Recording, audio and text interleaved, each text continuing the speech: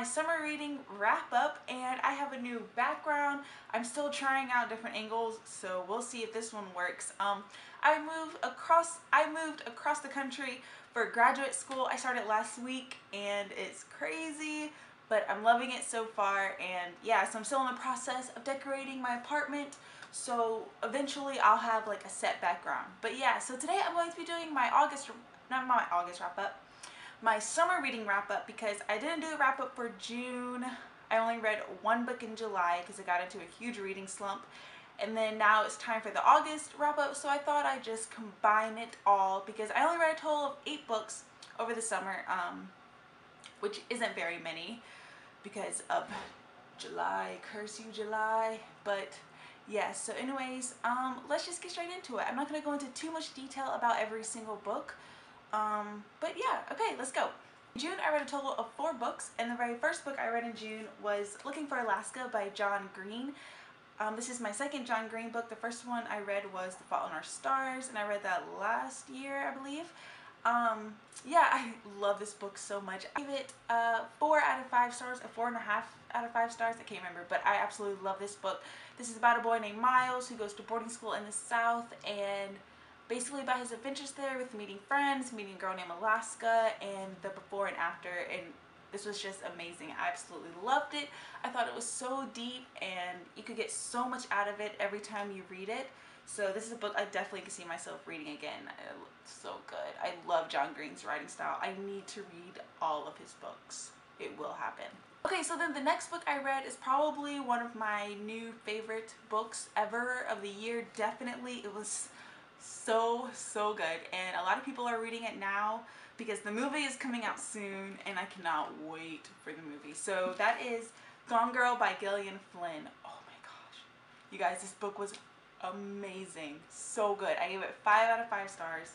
This book blew my mind. There's so many plot twists that I could not see coming. I just love this book so much. It's so dark and so twisted, and it's just amazing. I definitely recommend it, especially for the movie comes out in October, and the trailer looks amazing. With Ben Affleck, who's one of my favorite persons. I'm so excited for this. So after that, I picked up Harry Potter and the Goblet of Fire for the Summer of Spells. And of course, this is a reread for me. I gave it 5 out of 5 stars. Absolutely love this book. I forgot how fast-paced the ending was. And one of my favorite things about this book is they talk a lot about the house elves, Dobby and everyone, and I love it because it's not in the movie, and I was really sad that it wasn't in the movie. So I'm glad I can read about it. And yeah, I don't even talk much about this book. I loved it. Okay, so then after that, I picked up Silver Linings Playbook by Matthew Quick. I told you guys I was deciding between Silver Linings Playbook or It's Kind of a Funny Story. And it was kind of like split, you guys. You guys are like, just read both of them. So I ended up picking this one just because I found it at my used bookstore and I really liked it. I will say I liked the movie better. I watched the movie before I read the book and I love that movie. So I actually liked it better. I know, it's kind of crazy, but the book was still really good. It was cute, lighthearted, but I like that it talked about like the stigma behind mental illness. It was still a pretty good book. I think I gave it like 3.5 stars out of 5. I don't know, it's just like in my head I kept comparing it to the movie, and even though they leave out scenes in the movie that are like different from the book, I just love the movie so much because I love Robert De Niro and Bradley Cooper and Jennifer Lawrence. So yeah. Okay, so those are all the books that I read in June. Now on to July. I only read 1 book in July, and this book is what put me in my reading slump. And that was A Million Suns by Beth Revis. This is the second book in the Across the Universe trilogy. You just were not good to me. I gave this book 3 out of 5 stars. I don't know. This book, it was just way too long and like dragged out, and I was just like, can you please just end? And that's not a good way to feel about a book. Obviously I can't talk about this one, but the first one is about a girl named Amy who is frozen on the ship along with her family and other people, and they're going to a new planet, and someone wakes her up with the intent of killing her, and that's kind of where the first book takes off. And I told you guys what I didn't like about the first one was it was a mystery, and I figured out like who did it really early on, so I was just kind of bored throughout the rest of the book. And in this book there's also a mystery. It's a different kind of mystery. It's like a scavenger hunt kind of thing, and I thought it was really pointless. I thought the person who did the scavenger hunt could have just told them from the beginning. Like, I thought it was really pointless. I don't know, that's just me.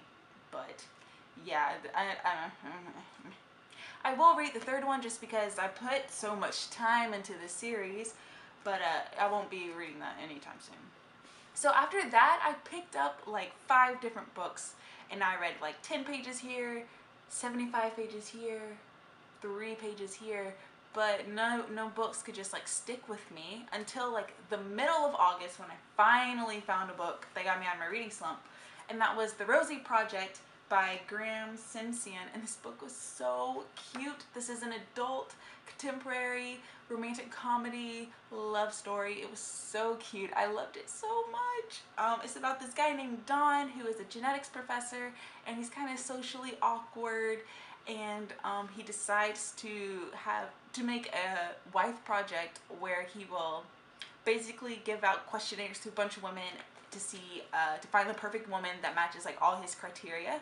And then he meets Rosie, who is nothing like he wants, goes against everything that he wanted in a wife, but they somehow click, and then they go on this adventure, and it's just amazing, and I absolutely loved it. I suggest it if you're looking for something like light and fun, and oh, it was just so good. And the sequel, The Rosie Effect, is coming out this month, I believe, and I will be reading it, and I'm really, really excited.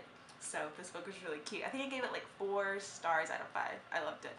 So after that, I picked up The Ask and the Answer by Patrick and Ness, the second book in the Chaos Walking series, but I just wasn't in the mood for a dark story. I wanted something else that was kind of light and fun, and I wanted a contemporary book, so I picked up Maybe Someday by Colleen Hoover. This is a new adult contemporary, and oh my gosh, I loved this book. This is another one of my favorites. I'm gonna put it down. Another one of my favorites of the year. It was so good, so good. Like, this book, there's been so much hype about Maybe Someday, about Colleen Hoover, and oh, I understand why. This book was amazing. Oh my god, I cried. I felt so much. Oh. And there's like a soundtrack that goes with it, and I listened to the songs as I was reading it. It was just amazing book. I loved it so much. It's basically about this girl who walks in on her boyfriend and her best friend hooking up, and she moves out, and she goes to live with this guy at his apartment with some other people, and it kind of takes off from there, and it was just so good. And it was a lot deeper than I thought it was going to be. I absolutely love this book. Definitely I'm going to be rereading it again, and I'm gonna buy like a hard copy. I loved it that much. It was so good, and I'm gonna read all of Colleen Hoover's books. Oh, sorry if you heard that. After that, I wanted something else that was like light and fluffy, not like dark stories that I usually read. So I picked up Is Everyone Hanging Out Without Me and Other Concerns by Minnie Kaling, and this is her nonfiction book. I'm sure most of you guys know what this is, and this was really funny. I really liked it a lot. I love Minnie Kaling, and I gave it 4 out of 5 stars because I was expecting there to be more stuff about The Office, because The Office is it is my favorite show like ever of all time. I love that show so much. So I was expecting to get like inside scoop about The Office, and there was only like 1 chapter on The Office in here with like little blurbs throughout the rest, but I still really loved it. I know she wanted to make the book about her, not about The Office, which I completely understand, and I absolutely loved it. It was really funny. I laughed out loud. It was so good. Such a quick read, and I cannot wait for her new one. Hey guys, so so these are all the books that I read over the summer, including Maybe Someday. Basically liked all of them except for that one. Yeah, so I hope you guys enjoyed my summer reading wrap up. Tell me what your favorite book was over the summer or in August, and I will see you guys in my next video. Bye!